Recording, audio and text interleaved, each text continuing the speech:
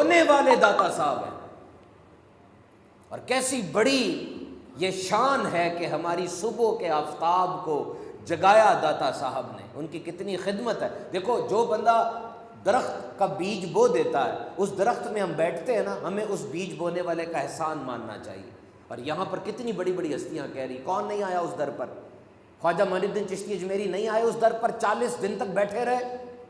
بابا فرید نہیں آتے تھے اس در پر، بار بار آتے تھے۔ کیا تھا اس در پہ جو اتنی بڑی ہستیاں حاضر ہو رہی ہیں؟ اور 40 دن کے بعد خواجہ خواجگان، سلسلہ چشتیہ کے شہنشاہ، ہند کے شہنشاہ خواجہ معین الدین اجمیری کیا فرما رہے ہیں؟ گنج بخش فیض عالم، مظہر نور خدا، ناکساراں پیر کامل، کاملارا رہنما۔ ناقصوں کے تو پیر ہیں آپ، لیکن کاملوں کے بھی آپ رہنما ہیں۔ بتائیے کون کہہ رہا ہے؟ یہ کہنے والے کی زبان ہوتی ہے نا، سٹیٹس ہوتا ہے ایک۔ یہ شان ہے داتا صاحب کی، کس انداز سے آپ نے بیج بویا۔ 7 مرتبہ غیر مسلموں نے آپ کو اتنا مارا اسی لاہور میں کہ آپ بے ہوش ہو کر گر گئے، اور وہ آپ کو مرا ہوا سمجھ کے چھوڑ کے چلے گئے۔ اللہ تعالیٰ نے آپ کو زندگی عطا فرمائی۔ 21 دن اسی لاہور کی زمین پر بھوکے پیاسے پتے کھا کھا کر آپ رہتے تھے۔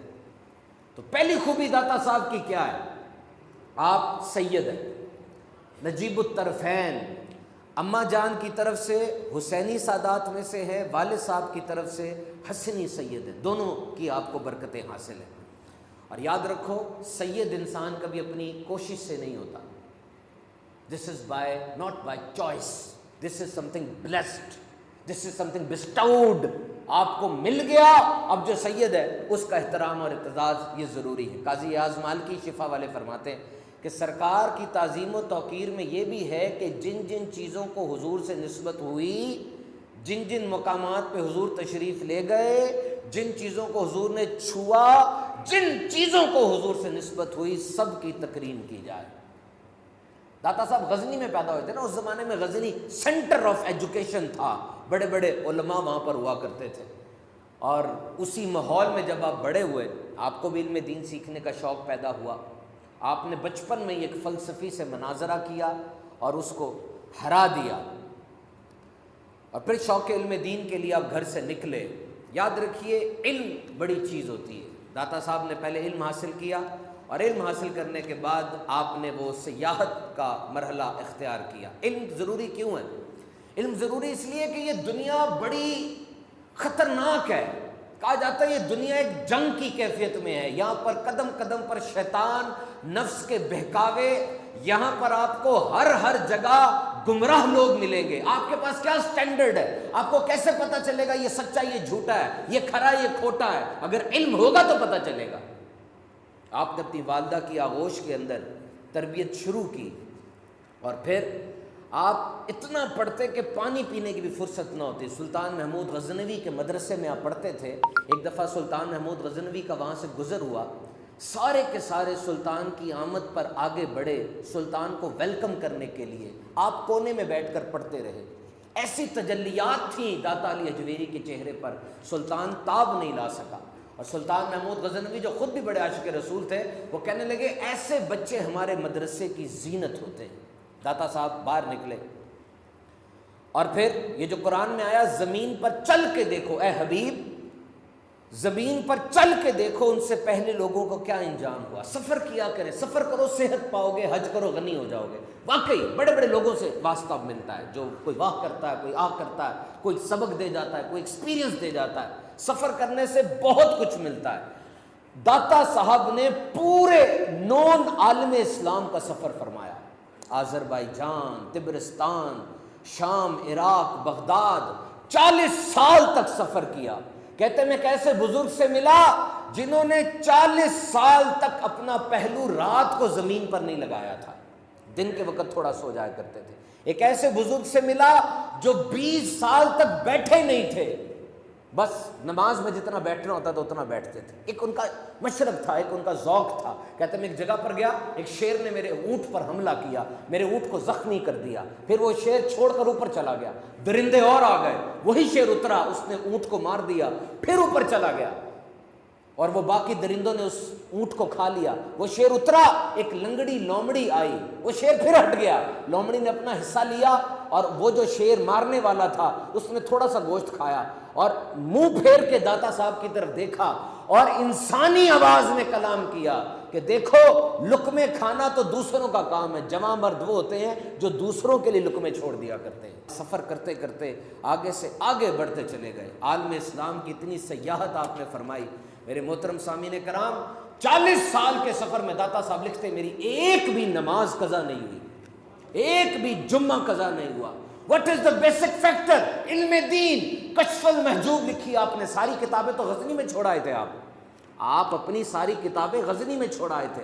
کشف المحجوب لکھتے ہوئے آپ نے جس انداز سے کشف المحجوب کو مینج کیا, ایک دیوان بھی لکھا تھا داتا صاحب نے, عربی اشعار تھے اس کے اندر. کسی نے داتا صاحب سے وہ دیوان مانگا اور اپنے نام سے چھاپ دیا. اسے کہتے ہیں پلیجرزم. ابھی پاکستان میں ایسا قانون نہیں آیا, ویسے دوسرے ملکوں میں خاص طور پہ یو کے میں جو پی ایچ ڈی کرتے ہیں ان کو ایک حلف نامہ لکھنا پڑتا ہے. حلف نامہ, حلف نامہ یہ ہوتا ہے کہ میں کسی کی کاپی نہیں کروں گا, میں نیا ایجاد کروں گا. جس طرح آٹومن امپائر میں, سلطنت عثمانیہ میں جو اسکول بنتے تھے نا, ان اسکولوں کے باہر ایک اسٹیٹمنٹ لکھی ہوتی تھی, ایک تحریر لکھی ہوتی تھی. Here birds are not taught to swim and fish are not taught to fly. یہاں پر اسکول میں پرندوں کو یہ نہیں سکھایا جاتا کہ وہ تیرے, اور مچھلی کو یہ نہیں سکھایا جاتا کہ وہ اڑے. ذہین ترین استاد شاگرد کی ذہانت اور قابلیت کا اندازہ لگاتے تھے. یہ اسپیس سائنس کا ماہر ہے, یہ اسٹرانومی کا ماہر ہے, اس کو بایولوجی میں دلچسپی ہے, یہ میتھمیٹکس میں اچھا ہے. جو بچہ جس میدان میں اچھا ہوتا تھا اس کو وہاں پر لے جایا کرتے تھے. داتا صاحب کی اس کتاب پہ اس نے اپنا نام لکھا اور چھاپ دیا. وہ کفر کی حالت میں مرا تھا. کشف المحجوب شاہکار ہے, 232 آیات, 134 احادیث ہیں اس کے اندر, 1,00,000 سے زیادہ لفظ ہیں داتا صاحب کے. دنیا تصوف کی عظیم ترین کتاب یہ علم ہے. فرمایا فقر کی دنیا میں قدم رکھتے ہو, علم کے بغیر نہیں رکھ سکتے. آج تم دربار شریف کے حوالے پہ اعتراض کرتے ہو, چند جاہلوں کے عمل کو تم جواز مت بناؤ. امام شافعی جایا کرتے تھے امام اعظم ابو حنیفہ کے دربار پر, جب آپ کو کوئی حاجت ہوتی 2 رکعت پڑھتے, حاجت کی دعا مانگتے, حاجت قبول ہو جایا کرتی تھی. داتا صاحب بایزید بستامی رضی اللہ تعالیٰ کے مزار پر گئے تھے. Don't put blame on the entire school of thought. ان بزرگان دین کی اہمیت کیا ہے؟ سب سے بڑھ کر یہ بزرگان دین علم والے تھے, علم حاصل کیا انہوں نے, علم کو پھیلایا, اور یہ ایکوزیشن تھی حضور داتا صاحب کی. کرامات بھی ہوتی ہیں, ایسا نہیں ہوتا کرامات نہیں ہوتی. کیوں؟ کبھی کبھار اپنی رٹ دکھانا ضروری ہو جاتا ہے. ایس ایچ او نا علاقے کا, ڈی ایس پی صاحب ہو علاقے کے, کوئی ان کی بات نہ مانے, وہ اپنی رٹ دکھاتے ہیں کہ دیکھو میری اہمیت ہے. آپ کا پروفیسر ہو, آپ کا باس ہو, آپ اس کی بات نہ مانے, دکھاتا ہے نا وہ کہ میں باس ہوں, دکھاتا ہے نا, وہ دکھاتا ہے میں باس ہوں. اور کبھی کبھار سامنے والے اتنے ڈھیٹ ہوتے ہیں, ان کے دل اتنے سخت اور کالے سیاہ ہوتے ہیں کہ اللہ کے ولی کو اللہ نے جو طاقت دی ہوتی ہے وہ طاقت دکھاتے ہیں. پھر اسے کرامت کہا جاتا ہے. حضور جب لاہور میں آئے, حضور داتا صاحب رحمۃ اللہ تعالیٰ 30 سال لاہور میں رہے, اور اس 30 سالوں کے اندر آپ نے کتنا زیادہ دین کا کام کیا. آپ نے ایک مسجد بنائی, اس مسجد کا جو رخ تھا وہ قدر جنوب کی طرف تھا. علماء کو تشویش ہوئی, آپ نے علماء کو اپنے پیچھے بلا لیا, ایک نماز ادا کی, اور نماز کے بعد کہا آپ لوگوں کو قبلے کے حوالے سے تشویش ہے, وہ سامنے دیکھے. انہوں نے سامنے دیکھا, سامنے خانہ کعبہ نظر آ گیا.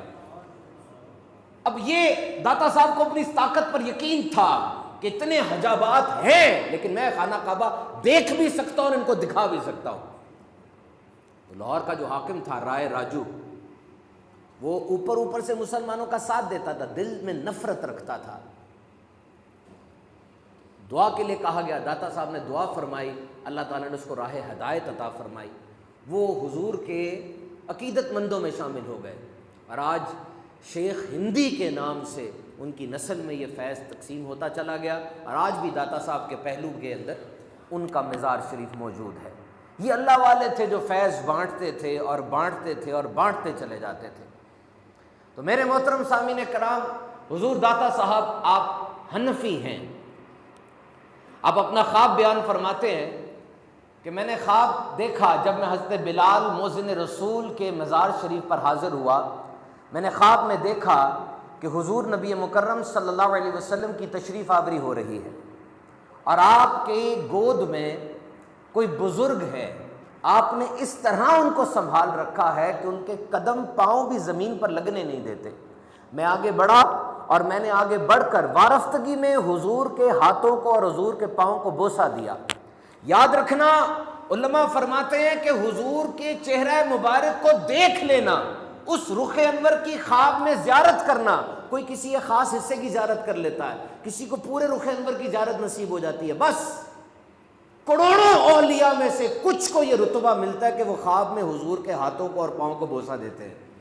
اور داتا صاحب فرماتے ہیں مجھے یہ سعادت حاصل ہوئی کہ میں نے بوسہ دیا اور پھر اس کے بعد میں نے جرأت کی کہ میں حضور کی بارگاہ میں یہ عرض کر کے پوچھوں کہ یہ کون ہے جس کو آپ نے سہارا دیا ہوا ہے۔ یہ بھی یاد رکھو، بس زیارت ہی ہو جائے، اس سے بڑھ کر کیا انعام ہوگا۔ یہ بھی داتا صاحب کا خاصہ ہے۔ داتا صاحب کچھ مجموع میں لکھتے ہیں کہ یہ میرا خاصہ ہے اللہ کے کرم سے کہ میں نے جرأت کی، حضور سے پوچھا یہ کون ہے۔ حضور ارشاد فرماتے تو نہیں جانتا یہ کون ہے؟ یہ ابو حنیفہ ہے، یہ تیرا امام ہے اور تیرے شہر والوں کا بھی امام ہے۔ شان دیکھو ابو حنیفہ کی، وہ جو داتا صاحب کے بھی امام ہے۔ پھر داتا صاحب سوچتے ہیں کہ حضور نے تو فرمایا ابو بکر اور عمر کے بارے میں کہ ایک ہاتھ ابو بکر کا ہوگا، ایک ہاتھ عمر کا ہوگا، اور یوں حضور تشریف لایا کرتے تھے۔ کتنی بڑی سعادت کی بات ہے۔ اور فرمایا قیامت کے دن بھی میں ایسے ہی آؤں گا کہ ایک طرف ابو بکر ہوگا، ایک طرف عمر ہوگا، لیکن ان بزرگوں کو گودی میں اٹھایا ہوا ہے اور گود میں اٹھا کر پاؤں بھی نیچے نہیں لگنے دیتے۔ میں سوچتا رہا کہ اس ایکٹ کا کیا مطلب ہے، یہ کیوں ایسے اٹھایا ہوا ہے، ہاتھ بھی پکڑ لیتے بڑی بات تھی۔ تو کہا اس کا مطلب مجھے یہی سمجھ میں آیا کہ دیکھو یہ وہ ہستی ہے جو اپنے قدموں سے بھی نہیں چلتی بلکہ حضور نے ان کو تھام رکھا ہے، یہ حضور کی ہدایت پر ہے، یعنی ان کا school of thought the best ہے۔ تو میرے محترم سامعین کرام، یہ داتا صاحب کی عظیم الشان ہستی ہے۔ آپ نے بھی پیر صاحب پکڑے حضرت ابو الفضل ختلی رحمۃ اللہ تعالی علیہ، جب حضرت ابو الفضل نے آپ کو فرمایا جاؤ لاہور چلے جاؤ، علی حجویری کہنے لگے حضور وہاں تو میرا حسین ہیں، آپ کے مرید میرا حسین ہیں وہاں پر۔ حضرت ابو الفضل نے فرمایا جو میں کہتا ہوں وہ مان لو اور چلے جاؤ۔ لاہور کیا تھا؟ بہاؤالدین ذکریہ ملتانی لکھتے ہیں اپنی کتاب میں، لاہور تو ایک چھوٹا سا گاؤں تھا جو ملتان کے گرد و نواح میں واقع تھا، کیونکہ ملتان وہ ہب تھا اولیاء کا، بڑے بڑے ولی تھے وہاں پہ۔ لاہور کیا تھا؟ جب حضور داتا صاحب اپنے مرشد کے حکم پر یہاں آئے، لاہور کے دروازے کے باہر بیٹھے ایک جنازہ آ رہا تھا، کسی سے پوچھا یہ کس کا جنازہ ہے؟ کہا یہ میرا حسین کا جنازہ ہے۔ پتہ چلا مرشد نے کیوں بھیجا۔ اور دیکھ لو اللہ کی خاطر دھرتی کو چھوڑا، اللہ نے دھرتی ان کے نام لگا دی۔ آج دنیا کو سب لاہور کو دنیا داتا نگر کے نام سے پکارتی ہے۔ ایک انگریز آیا تھا، اس سے پوچھا تم نے لاہور دیکھا؟ بڑا کچھ دیکھا، شیش محل دیکھا، قلعہ دیکھا، یہ دیکھا، وہ دیکھا، یہ تو بتاؤ تم نے کس چیز نے متاثر کیا؟ وہ کہنے لگا میں تو حیران ہوتا ہوں، ایسے لگتا ہے کہ لاہور والوں کے دل اس ایک قبر والے کی مٹھی کے اندر ہے۔ ایسے لگتا ہے کہ صوفی کی قدر، اس صوفی کی عزت لاہور والوں کے دل میں جیسے ڈال دی گئی ہے۔ تو میرے محترم سامعین کرام، بلا شبہ جو صفات ہیں داتا صاحب کی اور کسی بھی بندے کی، وہ عطائی ہے، گیون ہے، ذاتی صرف رب تعالیٰ کی ہے۔ جو بھی اس نیت کے ساتھ اپنے اللہ کے ولی سے مانگتا ہے، دیکھیں ہم بھی تو کہتے ہیں نا دوسروں کو، بچہ ماں کو کہتا ہے ماں مجھے کھانا دو، تو کیا ماں کو خدا مان رہا ہے؟ وہ ماں کو خدا تو نہیں مان رہا، کھانا دینے والا تو رب ہے۔ وہ کیوں کہہ رہا ہے امی کو امی کھانا دو، ابو مجھے اسٹیشنری لا کے دو؟ کیا باپ رب ہے؟ معاذ اللہ، اس کو پتہ ہے کہ دینے والا رب ہے، یہ رب سے لے کر دیتے ہیں۔ صفت ذاتی اور صفت عطائی۔ ذاتی صفت کا مطلب کیا ہے کہ اسے کہیں سے نہیں ملا، وہ رب ہے، ہر چیز کا مالک ہے، قادر مطلق ہے۔ اور عطائی کا مطلب کیا ہے کہ یہ لے کے دیتے ہیں۔ دیکھو آپ ہر جگہ پہ ٹرین کو روکو گے نا، ٹرین رکتی نہیں ہے۔ اشارہ کرو ٹرین کو، رک جاتی ہے؟ نہیں۔ کچھ اسٹیشن ہوتے ہیں وہاں چلے جاؤ ٹرین رکی بھی مل جائے گی آپ کو۔ اسی طرح رب کی رحمت کے بھی اسٹیشن ہوتے ہیں، یہ جنت کا باغ ہے. فرمایا کچھ قبریں جہنم کا گڑھا ہے، کچھ قبریں جنت کا باغ ہے. کیسے ہو سکتا ہے کہ بابا فرید، خواجہ معین الدین چشتی اجمیری، نظام الدین اولیاء وہ جنت کے باغ کی سیر کرنے نہ آئے؟ میں اپنی بات نہیں کرتا، آپ کی بات نہیں کرتا، کسی دنیا کے مولوی کی بات نہیں کرتا، میں ان کی بات کر رہا ہوں جن کے ہاتھ سے 90,000 کافروں نے اسلام قبول کیا تھا. وہ جنت کے باغ کی سیر کو آئے ہوں گے نا. تو کوشش کیجئے گا اپنے کانسیپٹس کو ٹھیک رکھیں.